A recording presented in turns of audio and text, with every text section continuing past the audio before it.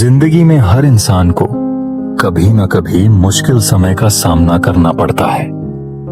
ये मुश्किलें हमारे लिए चुनौती बनकर आती हैं, लेकिन हम सकारात्मक सोच और मजबूत मनोबल से इनका सामना कर सकते हैं। जब हालात कठिन हों और हर तरफ अंधकार दिखाई दे, तब कुछ सकारात्मक बातें और विचार हमारे मन को शांत कर सकते हैं और हमें आगे बढ़ने की प्रेरणा दे सकते हैं। एक बार की बात है, हस्तिनापुर में पांडव अपने जीवन के सबसे कठिन समय से गुजर रहे थे। जुए के खेल में सब कुछ हारने के बाद उन्हें वनवास और अज्ञातवास में रहना पड़ा। वनवास के दौरान एक दिन द्रौपदी ने युधिष्ठिर से पूछा, इतनी विपत्तियों में आप कैसे शांत और स्थिर रह पाते हैं? क्या आपको डर और निराशा महसूस नहीं होती? युधिष्ठिर ने मुस्कुराते हुए कहा, मैं हर संकट में श्री कृष्ण को याद करता हूं। उनके उपदेश और उनकी बातें मेरे मन को हिम्मत देती हैं। द्रौपदी ने कहा, तो कृपया मुझे भी बताइए, उन्होंने आपको ऐसा क्या सिखाया जो आपके मन को मजबूत बनाए रखता है? युधिष्ठिर ने श्री कृष्ण से जुड़ी एक सच्ची घटना सुनाई।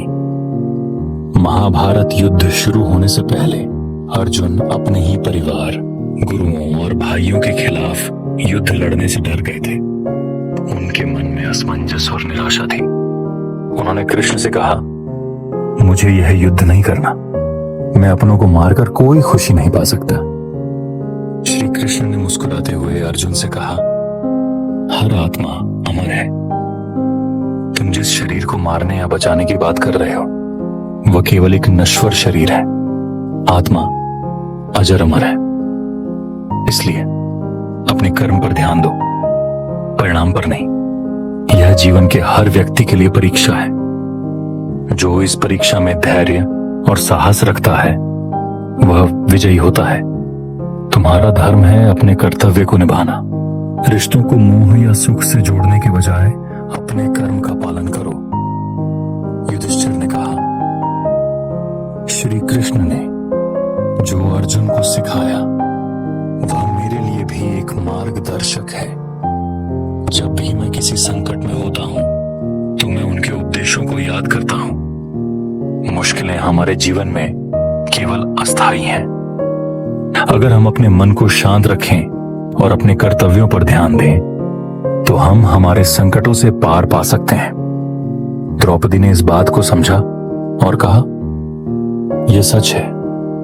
अगर मन में हिम्मत हो और भगवान पर विश्वास हो, तो कोई भी मुश्किल हमें तोड़ नहीं सकती।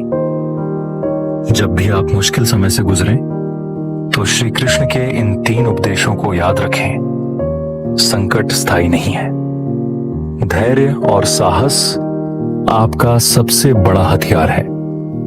कर्तव्य पर ध्यान दें, फल की चिंता न करें। श्री कृष्ण की यह कथा हमें सिखाती है कि समय कितना भी कठिन हो, मन को स्थिर और मजबूत बनाकर हम हर परेशानी को हरा सकते हैं। श्री कृष्ण कहते हैं, किसी व्यक्ति के वर्तमान को देखकर उसके भविष्य का मजाक मत उड़ाएं, क्योंकि समय में इतनी शक्ति होती है कि वह कोयले को भी धीरे धीरे हीरे में बदल देता है। एक निकम्मे व्यक्ति के जीवन का अंत दूसरों में बुराई ढूंढने में ही होता है। बोलना सीखो, वरना जिंदगी भर सुनना पड़ेगा। तुम भी उतना ही उड़ो जहां से जमीन साफ दिखाई दे। सिर्फ उन लोगों को तुम्हारी परवाह है जो तुम्हारे खामोश होने पर भी तुम्हें सुन सके। यकीन मानिए, जो आपको भूल गया है, वह भी आपको याद करेगा। बस उसके मतलब का दिन आने दो। अगर आपको भी किसी का दुख देखकर दुख होता है, तो समझ लीजिए कि आपकी आत्मा में भगवान का वास है। बस शांति ढूंढिए। जरूरतें कभी पूरी नहीं होती हैं। जिंदगी में सारा झगड़ा ख्वाहिशों का होता है। ना ही दुख किसी को चाहिए, ना ही किसी को कम चाहिए। जिनकी नीयत हमेशा साफ होती है, कई बार लोग उनके खिलाफ होते हैं। अगर कोई आपसे तंग आ जाए, तो उसे छोड़ देना, क्योंकि बोझ बनने से बेहतर है याद बनकर रहना। झूठ की खरीदारी ज्यादा दिनों तक नहीं चलती। केवल एक सत्य है जो यह अंत तक आपका साथ देता है। जीवन में हर अवसर का लाभ उठाएं, लेकिन किसी की मजबूरी का नहीं। अगर जिंदगी आपको मौका देती है तो आप धोखा खा जाते हैं। आज के समय में अगर खुश रहना है तो स्वार्थी बनना ही पड़ेगा। ये हम नहीं, इस दौर की सच्ची हकीकत है। जिसने अपनी समस्याओं पर कदम रखा वह जीत गया, और जिसने अपनी समस्याओं को अपने सिर पर ले लिया वह लुट गया। जीवन में हम कई बार बड़ी बड़ी समस्याओं से ऐसे बच जाते हैं मानो कोई है जो हमारा साथ दे रहा है, और हम उस अदृश्य शक्ति को भगवान कहते हैं। इसलिए याद रखिए कि जब दुनिया आपका साथ छोड़ देती है तो भगवान आपका हाथ थाम लेते हैं। गुस्से के सामने थोड़ा इंतजार करना सीखो, और गलती के सामने थोड़ा झुकना सीखो। एक बार दानवीर कर्ण ने भगवान श्री कृष्ण को अपनी व्यथा सुनाई और कहा, हे प्रभु, जब मैं पैदा हुआ तो मेरी मां ने मुझे त्याग दिया। इसमें कौन सा अपराध था कि द्रोणाचार्य ने मुझे शिक्षा देने से मना कर दिया क्योंकि वह मुझे क्षत्रिय नहीं मानते थे। इसमें मेरा क्या अपराध था? और द्रौपदी के स्वयंवर में मेरा अपमान हुआ क्योंकि मैं महाराज परिवार का हिस्सा नहीं हूं। श्री कृष्ण ने कहा, हे कर्ण, जरा ध्यान दो। जब मेरा जन्म हुआ तो मैं जेल में था, और जैसे ही मेरा जन्म हुआ तो मेरी मौत मेरा इंतजार कर रही थी। जिस रात मेरा जन्म हुआ उसी रात मुझे अपने माता पिता से अलग होना पड़ा, जहां पहुंचने के बाद मुझे वह सब कुछ करना पड़ा जो मेरे लिए आवश्यक था। एक गरीब परिवार में मुझे अपने हाथों से गोबर उठाना पड़ता था। जब मैं चल नहीं पाता था मुझ पर जानलेवा हमले होते थे। मुझे बार बार जान से मारने की कोशिश की गई, पर बचपन में मेरे पास ना तो कोई शिक्षा थी, ना कोई महल, ना कोई गुरुकुल, कोई बहुत बड़ी सेना नहीं थी। लेकिन फिर भी मेरे मामा मुझे अपना सबसे बड़ा दुश्मन मानते थे। मेरा जीवन भी चुनौतियों से गुजरा है। श्री कृष्ण ने कहा, यह महत्वपूर्ण नहीं है कि आपको जीवन में कितनी बार अपमानित होना पड़ा है, बल्कि यह महत्वपूर्ण है कि आप उस अपमान को स्वीकार कर कैसे उत्तर दे रहे हैं। आपके पास वह ज्ञान है जिसका आप उपयोग कर सकते हैं, और आप इन सभी चुनौतियों को पार करके आगे बढ़ सकते हैं। चोट लगने के डर से कभी भी पीछे नहीं हटना चाहिए, क्योंकि चोट लगने के बाद ही इंसान खुद को संभालना शुरू करता है। श्री कृष्ण कहते हैं, सत्य बोलने वाला और सही रास्ते पर चलने वाला व्यक्ति दुनिया को हमेशा कड़वा लगता है। तारीफ चाहे कितनी भी कर लो, लेकिन अपमान बहुत सोच समझकर करना। समर्पण एक छोटा सा शब्द है, लेकिन इसे लागू करने वाले का जीवन बदल जाता है। जब रिश्ते आपको रुलाने लगे तो इसे नजरअंदाज करना सीखिए। विश्वास के बिना इस दुनिया में कोई भी रिश्ता लंबे समय तक नहीं टिक सकता। अगर कल का दिन किसी गलती के कारण दुखद हो तो उसे याद करके आज का दिन बर्बाद ना करें। श्री कृष्ण कहते हैं, व्यक्ति के विनाश के 5 कारण हैं: नींद, क्रोध, भय, थकान और काम। टालने की आदत, छल कपट से कमाया गया धन हमेशा दुख ही देता है। खामोश रहने से बड़ा कोई जवाब नहीं है, और माफ कर देने से बड़ी कोई सजा नहीं है। अपने जीवन की समस्याओं को किसी के साथ साझा ना करें, क्योंकि ज्यादातर लोगों को उनकी परवाह नहीं है, और बाकी लोग इस बात से खुश होंगे कि आपके जीवन में यह समस्याएं हैं। श्री कृष्ण कहते हैं, किसी से ज्यादा उम्मीद मत करो, क्योंकि जितना ज्यादा लगाव होता है घाव उतना ही गहरा होता है। आईना और रिश्ता दोनों ही नाजुक होते हैं, लेकिन दोनों में फर्क सिर्फ इतना है कि आईना गलती से टूटता है और रिश्ता गलतफहमी से। एक बार की बात है, एक गरीब आदमी राजा के महल में माली का काम करता था। उन्होंने शाही महल के बगीचे में कई प्रकार के फलों के पेड़ लगाए थे जिन पर फल भी आते थे।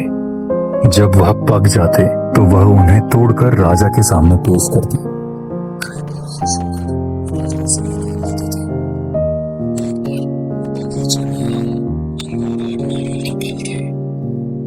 टोकरी लेकर बगीचे में पहुंचा और सोचने लगा कि आज राजा के लिए कौन सा फल ले आऊं।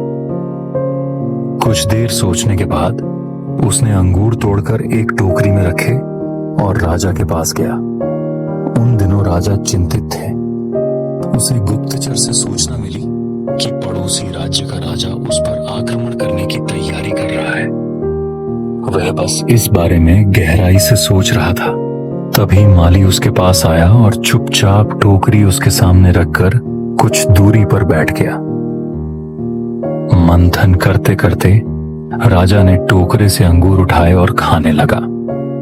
वह आधे अंगूर खाता और आधा फेंक देता, जो माली के ऊपर लगकर गिर जाता था। वह कहता है, प्रभु आप बहुत दयालु हैं। विचारों में डूबे राजा को ध्यान नहीं रहा कि वह माली की ओर अंगूर फेंक रहा है। उसने एक बार फिर माली की ओर अंगूर फेंके और फिर माली ने कहा, प्रभु आप बहुत दयालु हैं। इस बार राजा ने माली की ओर ध्यान दिया। उसने आश्चर्य से उसकी ओर देखा और पूछा,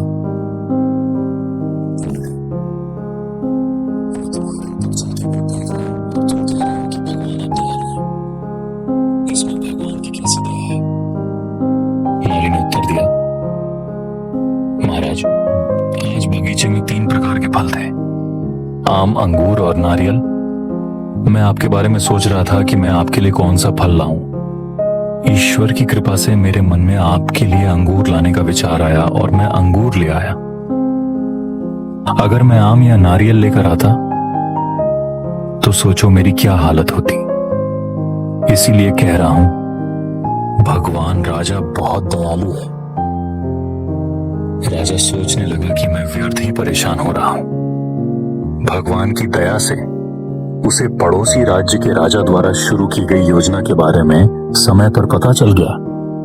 इससे उसे अपने राज्य की रक्षा की तैयारी के लिए पर्याप्त समय मिल गया। ईश्वर को धन्यवाद दिया और राजा रक्षा की तैयारी करने लगा। जब युद्ध छिड़ा तो उन्होंने युद्ध जीता और अपना राज्य बनाया। दोस्तों, समय का चक्कर ऐसा ही है, कभी अच्छा समय आएगा तो कभी बुरा। हम अच्छे समय में भगवान का शुक्रिया अदा करना भूल जाते हैं और बुरे समय में शिकायत करना शुरू कर देते हैं। जबकि जरूरी है कि हम अच्छे समय के लिए भगवान का शुक्रिया अदा करें और बुरे समय के लिए आभार व्यक्त करें, जिससे हमें हर स्थिति का सामना करना पड़े। उन्होंने ही हमारे सामने ये हालात पैदा किए हैं। छोटी छोटी समस्याओं का सामना करने से ही हम बड़ी समस्याओं का सामना करने में सक्षम हो जाते हैं। इसलिए जीवन में आने वाली छोटी छोटी समस्याओं से ना घबराएं, सकारात्मक रहें और समस्या के समाधान के बारे में सोचें और योजना बनाएं। दोस्तों, इस वीडियो में बस इतना ही है। अगली वीडियो में अपना ख्याल रखिएगा। जय श्री कृष्णा।